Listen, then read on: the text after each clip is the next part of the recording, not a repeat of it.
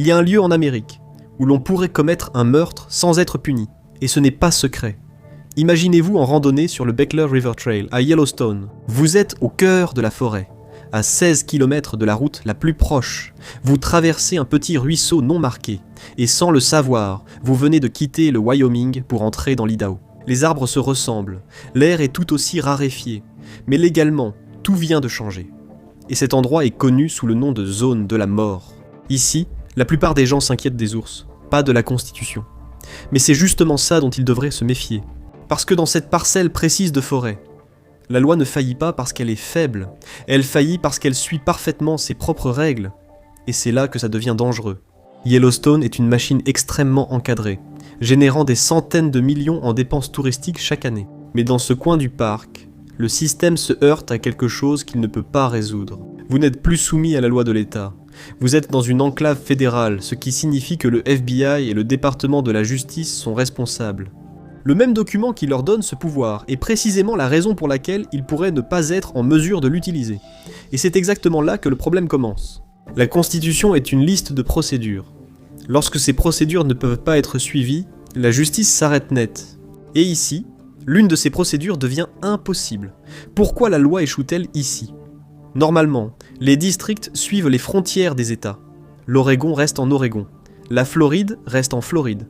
Mais Yellowstone est différent parce qu'il s'étend sur 3 États différents. Le Wyoming, le Montana et l'Idaho. Le Congrès a pris un raccourci. Cela semblait simple bien sûr, mais cette décision a créé un problème que personne n'a remarqué pendant plus d'un siècle. Le 6e amendement dit qu'un accusé a le droit à un procès devant un jury impartial de l'État et du district où le crime a eu lieu. Un mot compte ici, et ce n'est pas « ou », c'est « et ». Ce petit mot est le problème. Parce que si un crime fédéral a lieu dans le coin de l'Idaho, du parc de Yellowstone, votre jury doit être composé de personnes qui vivent à la fois dans l'Idaho et dans le district fédéral du Wyoming, ce qui n'existe pas. La zone de la mort à Yellowstone qui se trouve dans l'Idaho a une population de 0. Pas de maison, pas d'hôtel, pas d'habitants. C'est une zone d'environ la taille de Washington, D.C., isolée, non signalée et indiscernable du reste du parc, ce qui signifie qu'il n'y a aucun juré. Ni de l'Idaho, ni du Wyoming. Il n'y a littéralement personne que vous puissiez légalement convoquer pour faire partie d'un jury. Si aucun jury n'est formé pour un crime grave, le procès ne peut avoir lieu.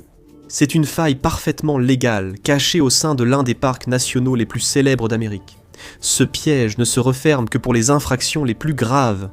Excès de vitesse, camping illégal. Pas de problème, un juge peut s'en occuper.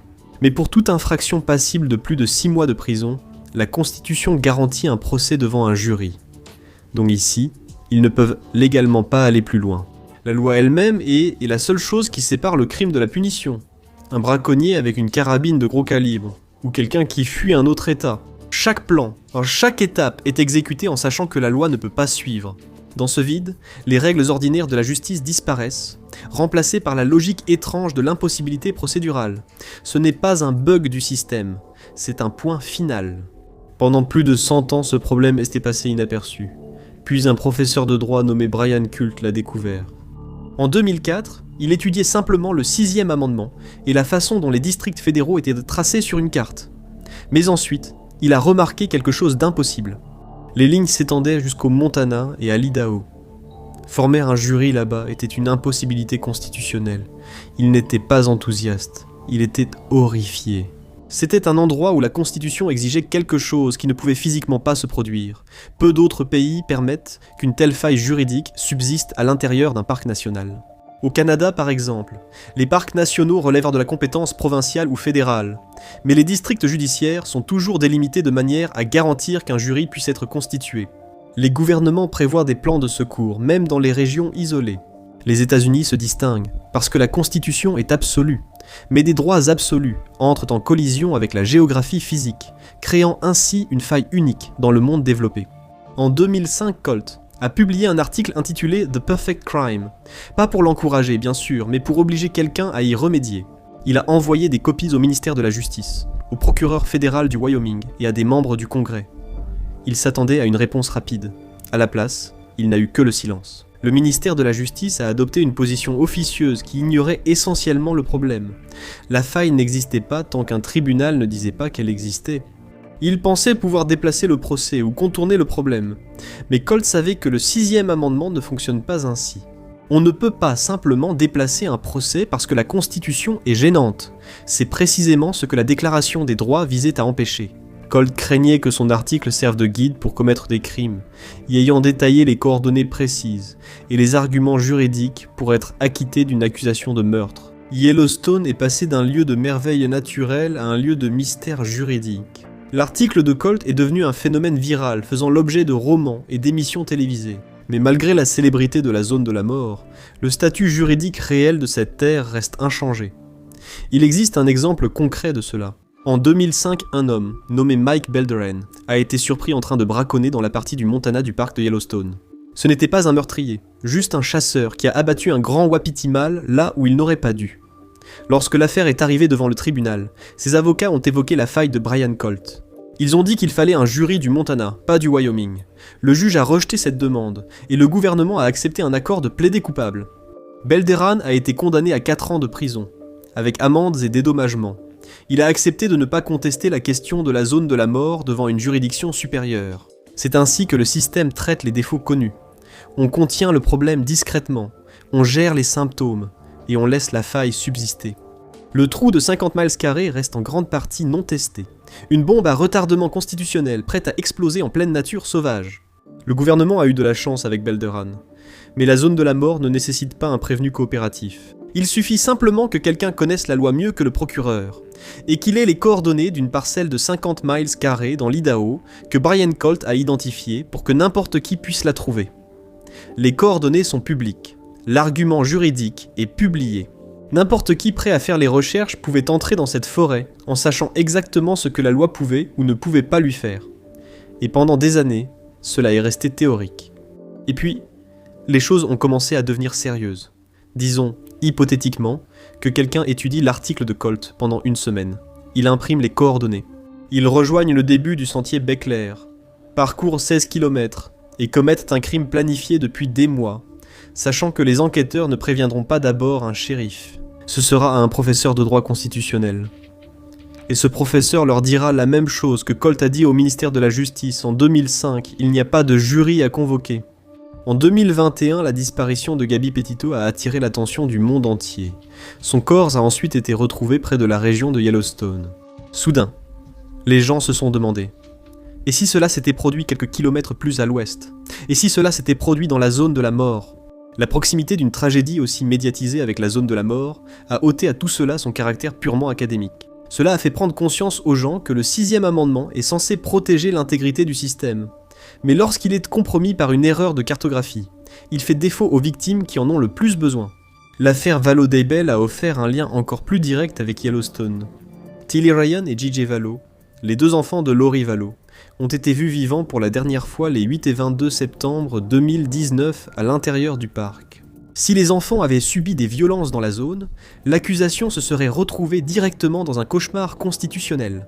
L'affaire Vallow Daybell a été jugée par les tribunaux de l'État car les corps ont été retrouvés sur un terrain privé dans l'Idaho. Mais ce scénario hypothétique hantait toujours les enquêteurs fédéraux. En 2022, le législateur de l'Idaho, Colin Nash, a tenté de faire exactement cela. Il a présenté une demande officielle demandant au Congrès de redessiner la limite. C'était exactement la solution que Brian Colt avait proposée en 2005. Et elle a été adoptée au niveau de l'État, puis elle est arrivée à Washington, et rien ne s'est passé.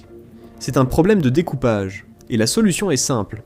Déplacer cette section de l'Idaho dans le district de l'Idaho. Une seule phrase dans la loi. C'est tout. Pour la législature de l'Idaho, c'était une question de sécurité publique. Pour le Congrès, c'était une erreur administrative ne méritant pas le temps consacré en séance. Ce problème est récurrent dans la gestion des parcs nationaux par le gouvernement fédéral. Comme il s'agit d'un territoire fédéral, les États ont peu de pouvoir pour imposer des changements. Et parce que ces zones sont isolées, les gens à Washington n'éprouvent presque aucune pression politique pour agir. On a un système avec une carte défaillante, mais ceux qui tiennent le stylo refusent de tracer une nouvelle ligne. Colin Nash a démissionné de la législature de l'Idaho en 2024, quittant ses fonctions, alors que la zone de la mort restait toujours ouverte. Même lorsqu'un législateur fait le travail, propose une solution et construit un consensus, l'inertie fédérale est plus forte que la loi elle-même.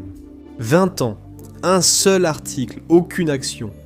Le parc national le plus visité d'Amérique a une faille constitutionnelle, et Washington en a été informé tout ce temps. Ce n'est pas de l'incompétence bureaucratique. Quelqu'un a examiné le problème, l'a compris, et a décidé que le coût politique d'admettre l'erreur était plus élevé que le risque de la laisser ouverte. La première raison à cela, c'est l'absence de bénéfices politiques. Ajuster une découpage judiciaire ne fait pas gagner d'élections. Aucun lobbyiste ne finance de campagne pour la réforme des limites des parcs nationaux. La zone de la mort est victime de cette inaction, une faille permanente dans la protection juridique qui attend que la mauvaise personne y tombe par hasard. La deuxième raison est encore plus cynique, la peur d'admettre une erreur. Si le Congrès adopte une loi pour corriger la zone de la mort de l'Idaho, il admet effectivement que la loi est défaillante depuis plus d'un siècle. Ils admettent que Brian Colt avait raison en 2005 et qu'ils ont choisi de l'ignorer. En politique, admettre un échec de longue date semble souvent plus risqué que de le laisser s'envenimer. Tant que personne ne soit réellement libéré pour un simple vice de procédure, le Congrès peut faire comme si ce n'était qu'une hypothèse de droit. Ils privilégient leurs intérêts au détriment de la sécurité publique. Leur réputation, en espérant que le temps s'écoule avant que la bombe n'explose. Le 6e amendement n'est fort que dans les limites que la carte lui impose.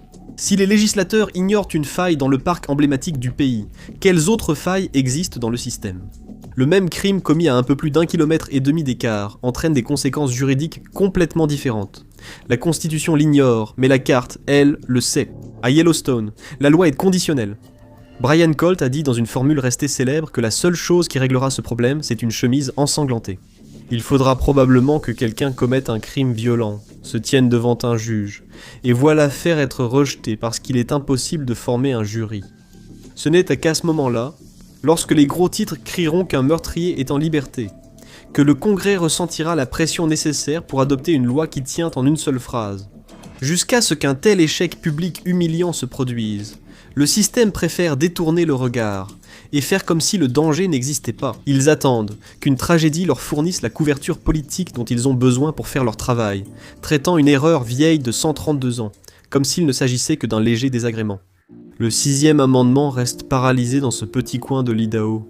Il demeure un avertissement pour tous les Américains. Si une faille aussi évidente peut exister dans l'un des parcs nationaux les plus surveillés et les plus en vue, que pourrait-il encore se cacher dans les systèmes que nous considérons comme allant de soi ? Ce passage de ruisseau sur le sentier Beckler a toujours le même aspect. Les arbres n'ont pas bougé, et la loi non plus. Au final, cette bureaucratie est peut-être la chose la plus dangereuse dans ces bois. Merci de m'avoir accompagné aujourd'hui. J'espère que la vidéo vous a plu.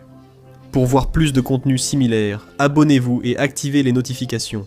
Cela fait vraiment la différence. Merci encore, et je vous retrouve la prochaine fois sur MAPAC.